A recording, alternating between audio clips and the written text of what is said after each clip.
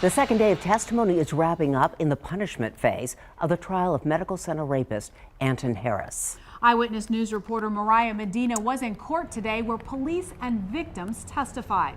And Mariah, how long before Harris learns his fate?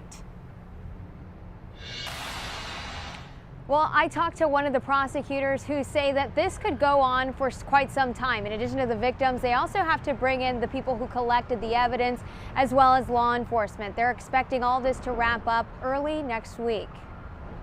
Today, jurors will walk through the timeline of Anton Harris's actions, dating back to 2015 when he was first accused of groping a woman. As I was walking up the stairs, I felt someone grab and put their hand underneath my bottom, and the woman told jurors that she turned around and looked Harris in the eyes before jumping off the stairs and chasing him down.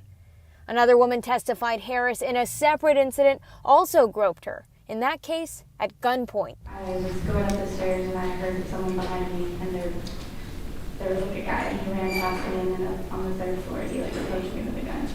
San Antonio police officers also testified today, recounting how they devoted an abundance of resources to tracking Harris down after a string of sexual assaults in the medical center area. They said they had marked and unmarked units stopping people who fit the description victims had provided of their attacker. So he was a young black male, very young.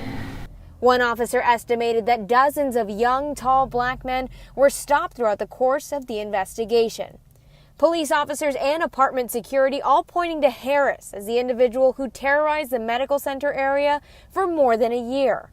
Jonathan Watkins, one of Harris's defense attorneys, says he plans on calling Harris's ex-girlfriend to testify next week, along with Harris's mother. Watkins says he may also call a forensic psychologist to testify as well.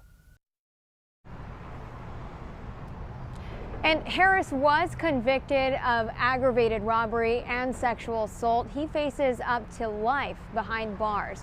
Reporting live outside of the Cadena Reeves Justice Center, Mariah Medina, KENS 5 Eyewitness News.